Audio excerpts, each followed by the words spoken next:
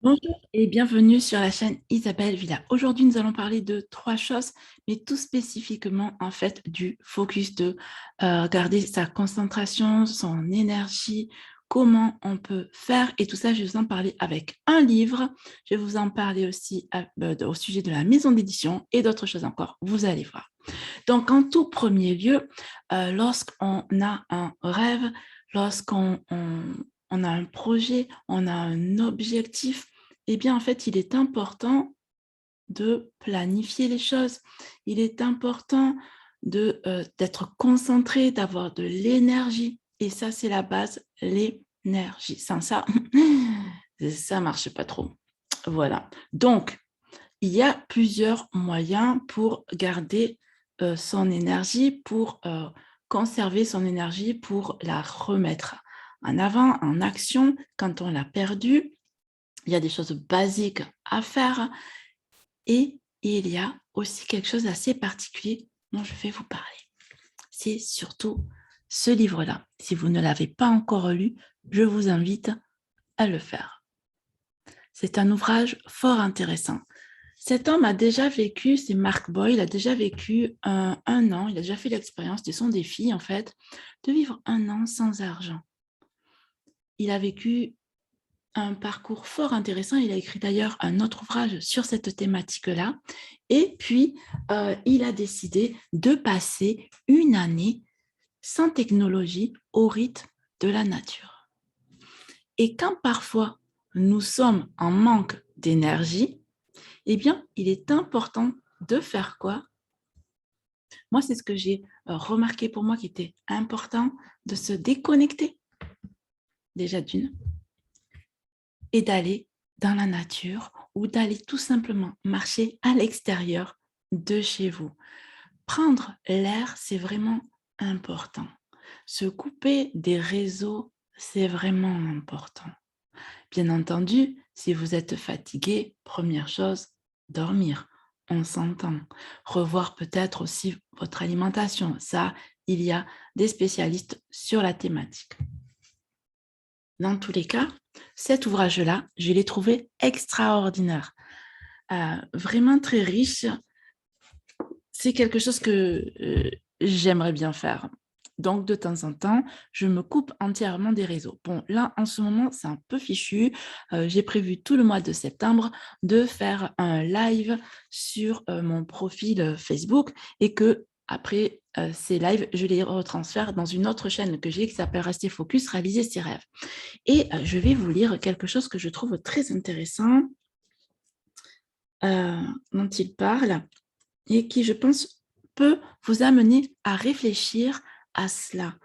Euh, Réfléchir à nos dépendances qui peuvent peut-être nous fatiguer, réfléchir à nos dépendances qui, on peut se rendre compte qu'elles nous tiennent bien comme il faut et on se tient accroche bien à elles. Alors que à un moment donné, il y avait d'autres solutions. Il y a quelque temps de cela en arrière, nos téléphones portables n'existaient pas du tout. Ou même, on avait des grosses cabines téléphoniques, un truc super gros, énorme en fait. J'en avais un, il était énorme. Je me souviens, c'était un Nokia, voilà, et il pesait très, très, très lourd. Il était gros et il n'y avait pas ces écrans comme nous avons maintenant. Nous n'avions pas Internet, je n'avais pas Internet dessus, etc. Mais déjà pour dire que petit à petit, le téléphone a pris plus de place dans nos vies. Et quand nous sommes fatigués, eh bien on fait quoi? On va aller sur les réseaux. Mais quand on va sur les réseaux, qu'est-ce qui se passe? Eh bien, on va se retrouver face à du contenu auquel forcément on ne s'attendait pas. Ça peut être de l'agressivité, ça peut être de la violence, ça peut être quelqu'un qui est en train de raconter encore quelque chose qui vraiment vous intéresse absolument pas. Ou vous pèse parce que c'est justement votre difficulté du moment et donc du coup ça vous fait vous grincez un peu des dents en voyant les choses. Bon, bref, dans tous les cas, euh, les réseaux peuvent aussi prendre votre énergie et c'est même prévu de vous y faire rester le plus longtemps possible. On est absorbé, on est une éponge. Donc, il est véritablement important, je pense, lorsqu'on a perdu son énergie, d'arrêter les réseaux ou lorsqu'on veut rester focus sur notre rêve, eh bien, en fait, c'est de couper les réseaux et de se concentrer. Moi, c'est comme ça que je fais pour mon projet de la maison d'édition. Régulièrement, eh bien, j'éteins les réseaux, je mets mon téléphone en mode avion ou je l'éteins carrément, en fait. Les réseaux sont éteints et je suis concentrée sur mon projet de maison d'édition. Pour tout ce que je fais, en fait, les 3/4 du temps, mon téléphone est éteint. Alors, je vais vous lire un petit passage. Ça ne parle pas des réseaux sociaux là, sur ce passage-là, mais ça vous parle d'autre chose. Vous allez voir. Lorsque je retourne à la source, Kathleen m'apprend que le courant est rétabli dans sa maison. Pour elle, qui a grandi avant que l'électricité n'arrive jusqu'au fond de la campagne irlandaise, une journée sans lave-linge ni télévision n'est pas un drame. Mais maintenant qu'elle a intégré depuis longtemps une dépendance à l'électricité, en être privé pendant quelques semaines serait bien plus difficile que quand sa famille n'avait pas d'électricité du tout. La dépendance n'est pas seulement pratique, elle est aussi psychologique et émotionnelle. Je répète, la dépendance n'est pas seulement pratique, elle est aussi psychologique et émotionnelle. En fait, il nous raconte son parcours et ses rencontres qu'il fait des personnes qui habitent autour de son lieu. Son lieu est ouvert. Il a créé un lieu ouvert où tout le monde peut aller chez lui pour vivre en mode woofing, on va dire ça comme ça. Voilà. Bref, je vous invite vraiment à le lire. Ça nous permet de nous re-questionner sur ce que nous avons dans notre intérieur et est-ce vraiment utile. Après, à vous de voir. Mais dites-moi si vous l'avez déjà lu ou si à un moment donné vous vous mettez à le lire, j'aimerais bien avoir votre retour, ça m'intéresse fort. Donc, de ce fait, lorsque moi je travaille sur mes projets, j'éteins les réseaux. Si je n'ai pas besoin des réseaux forcément, j'éteins les réseaux et je me concentre. Je suis beaucoup plus là, ici, maintenant, pas ailleurs. Donc, véritablement, je fais juste un petit rappel. Vous allez me dire, oui, mais ça, Isa, on le savait. Mais est-ce que vous le faites? Parce que savoir, c'est bien, mais est-ce que vous le mettez en pratique, en fait? Et ça, c'est important. Mettre en pratique.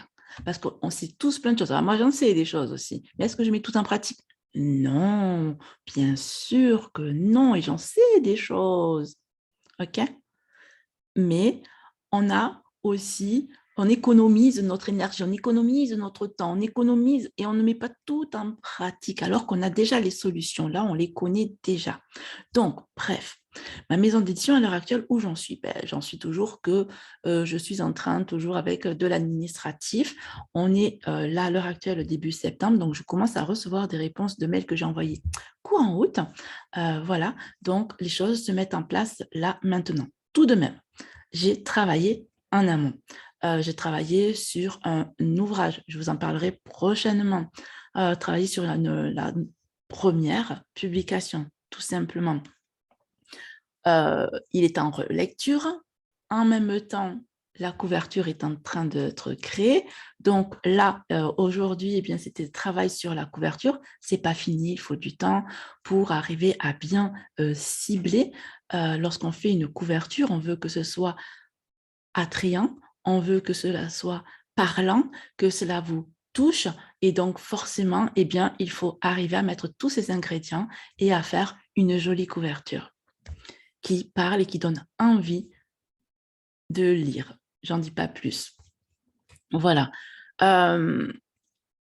Donc, voilà où j'en suis par rapport à mon projet de la maison d'édition. Et à l'heure actuelle aussi, je propose aussi des accompagnements. J'accompagne aussi des personnes pour rester focus, rester concentré sur son projet. En même temps, et bien établir les bases du projet et donc, au fur et à mesure, je suis la personne sur son projet. Là, à l'heure actuelle, j'ai ouvert un programme en accompagnement individuel de 96 jours où je suis là pour vous accompagner. D'accord? Donc, vous avez le lien en dessous, en description. Si cela vous intéresse, on peut prendre un premier rendez-vous pour en discuter ensemble, tout simplement. Je pense que là, maintenant, il est important pour tout un chacun, vu tout ce qui se passe dans le monde, où il y a énormément de chamboulements, d'être concentré sur notre énergie, être concentré sur nos besoins, être concentré sur nos rêves, être concentré sur notre cœur. Qu'est-ce qu'il vous dit, votre cœur? Vous dit oui, là, maintenant, j'ai envie de vivre ça, ben allez-y. Parce que demain, on ne sait pas de quoi il est fait. Donc, c'est maintenant qu'il faut se réaliser. Et moi, ma maison d'édition, eh bien, c'est ce que j'ai pensé. J'ai dit, c'est maintenant qu'il faut que je le fasse, pas dans 20 ans. Non, c'est maintenant, en fait. J'en ai envie, je mets tout en place pour le faire. Voilà. Je vous souhaite une agréable journée et je vous dis à très vite.